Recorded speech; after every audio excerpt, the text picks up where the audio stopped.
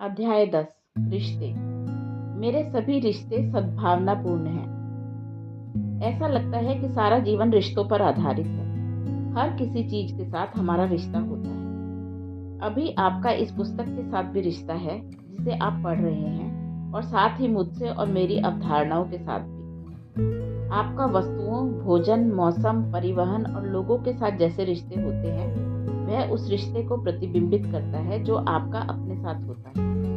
अपने साथ आपका जो रिश्ता है वह उन रिश्तों से अत्यंत प्रभावित होता है जो आपका बचपन में अपने आसपास मौजूद वयस्कों से था।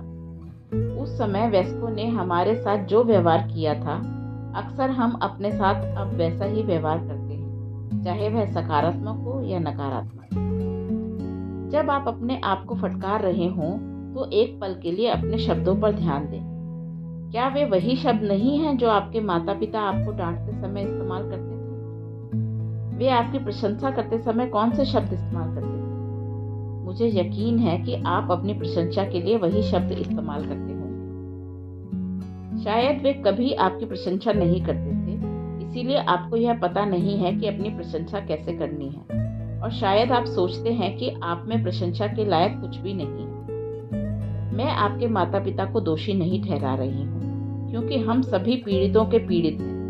शायद वे आपको कुछ ऐसी शिक्षा नहीं दे सकते थे जिसकी जानकारी उन्हें स्वयं न हो।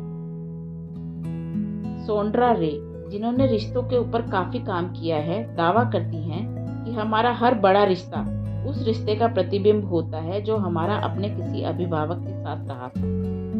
वह यह दावा भी करती हैं कि जब तक हम उस पहले रिश्ते से बाहर नहीं निकलते, हम कभी भी वह करने के लिए स्वतंत्र नहीं हो सकते जो हम अपने रिश्तों में चाहते हैं।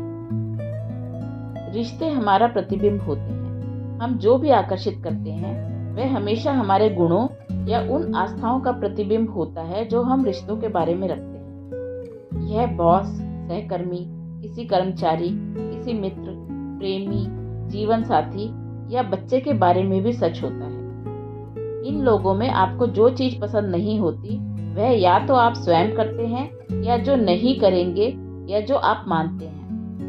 आप उन्हें आकर्षित नहीं कर सकते थे या उन्हें अपने जीवन में नहीं पा सकते थे यदि उनकी विशेषताएं किसी न किसी रूप में आपके अपने जीवन को अनुकूलित न करती हों। अभ्यास। हम बनाम वे। एक पल के लिए अपने जीवन के किसी उस व्यक्ति पर ध्यान दें जो आपको परेशान करता है। उस व्यक्ति की 3 आदतों का वर्णन करें जो आपको पसंद नहीं है, जो आप चाहते हैं कि वह बदल ले। अब अपने अंदर गहराई में देखें और अपने आप से पूछें, मैं कहां पर उस जैसा हूं और कब मैं वही चीजें करता हूं। अपनी आंखें बंद करें और अपने आप को यह करने का समय दें। फिर अपने आप से पूछें कि क्या आप बदलना चाहते हैं। जब आप इन विचारों, आदतों और धारणाओं को अपनी सोच और व्यवहार से निकाल देते हैं, तो या तो वह दूसरा व्यक्ति बदल जाएगा या वह आपके जीवन से चला जाएगा। यदि आपका बॉस सबकी आलोचना करने वाला है और उसे खुश करना असंभव है, तो अपने अंदर देखें। या तो आप किसी न किसी समय वैसा करते हैं, या आपकी यह धारणा है कि बॉस हमेशा आलोचना करते हैं और उन्हें खुश करना असंभव होता है। यदि आपका कोई कर्मचारी ऐसा है जो आदेश का पालन नहीं करता या अनुसरण नहीं करता, तो देखिए कि कहां पर आप इस तरह का व्यवहार करते हैं और उसे त्याग दें। किसी को नौकरी से निकाल देना काफी आसान है, वह आपके दृष्टिकोण को ठीक नहीं करता। यदि आपका कोई सहकर्मी सहयोग नहीं देता या टीम का हिस्सा नहीं बनता, तो देखिए कि आपने किस रूप में इसे आकर्षित किया है। आप कहां पर सहयोग नहीं करते। यदि आपका कोई मित्र भरोसे के लायक नहीं है और आपको निराश करता है, तो अपने भीतर झांकें। आप अपने जीवन में कहां पर विश्वास के योग्य नहीं हैं और आप कब दूसरों को निराश करते हैं। क्या यह आपकी धारणा है? यदि आपका प्रेमी उदासीन है और स्नेहिल नहीं है, तो यह देखें कि क्या आपके अंदर ऐसी धारणा है जो बचपन में अपने माता पिता को देखने से आई हो और कहती हो, प्रेम उदासीन और प्रदर्शन न करने योग्य होता है। यदि आपका जीवन साथी हमेशा तंग करता है और सहयोग नहीं देता, तो फिर से अपने बचपन की धारणाओं की ओर देखें। क्या आपके माता पिता में से कोई तंग करने वाला और सहयोग ना करने वाला था? क्या आप उनकी तरह हैं?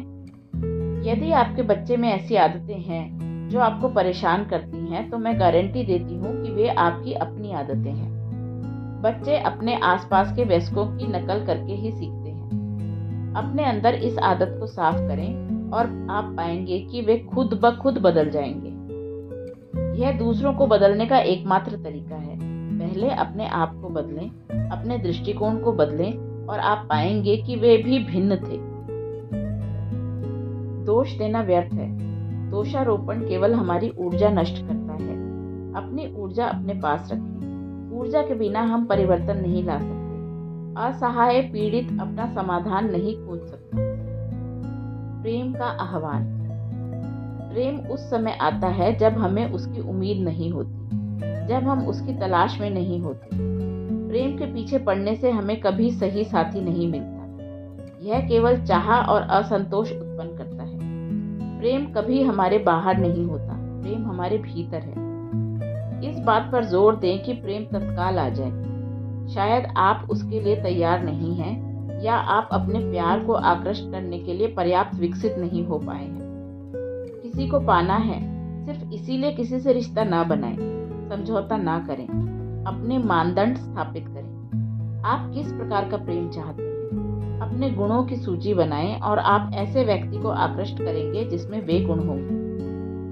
आप इस बात की जांच कर सकते हैं कि कौन सी चीज प्रेम को दूर रख रही है। क्या वह आलोचना हो सकती है, अयोग्य होने की भावनाएं, अनुपयुक्त मानदंड, सिनेमा स्टार की छवि, अंतरंगता का भय, ऐसी धारणा कि आप प्रेम के योग्य नहीं हैं?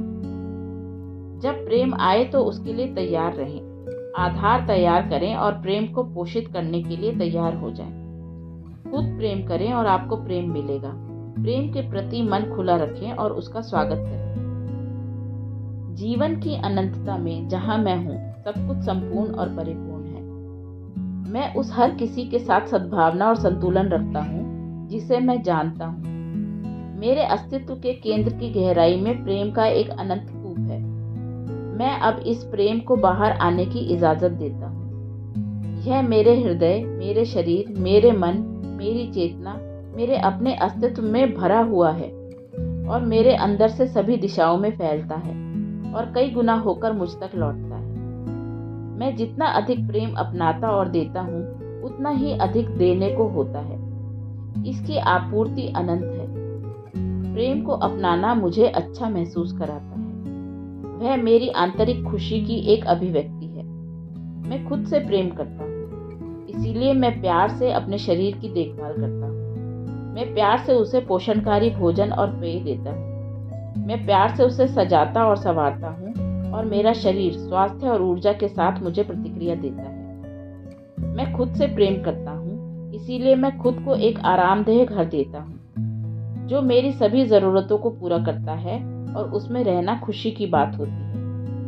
मैं प्रेम के स्पंदन से सभी कमरों को भरता हूँ ताकि इसमें आने वाला हर कोई, मैं भी, इस प्रेम को महसूस कर सके और उससे पोषित हो सके। मैं खुद से प्रेम करता हूँ, इसीलिए मैं ऐसी नौकरी करता हूँ जिसे करते हुए मुझे खुशी होती है, जो मेरी रचनात्मक प्रतिभाओं और क्षमताओं का इस्तेमाल करता है। उन लोगों के साथ और उनके लिए काम करना चाहता हूँ जिन्हें मैं प्रेम करता हूँ और जो मुझे प्रेम करते हैं, और एक अच्छी आय अर्जित करते हुए मैं खुश हूँ। मैं खुद से प्रेम करता हूँ, इसीलिए मैं प्यार से सोचता हूँ और सभी से प्रेम से व्यवहार करता हूँ, क्योंकि मैं जानता हूँ कि मैं जो देता हूँ वह कई गुना होकर मेरे पास लौटता है। मैं अपनी दुनिया में केवल स्नेही लोगों का आह्वान करता हूँ, क्योंकि वे मेरा एक प्रतिबिंब ही है।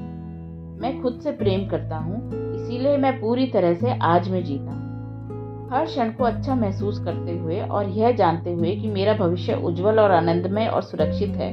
मैं विश्व का एक प्यारा बच्चा हूँ और विश्व प्यार से अभी और हमेशा मेरी देखभाल करता है। मेरी दुनिया में सब कुछ अच्छा है।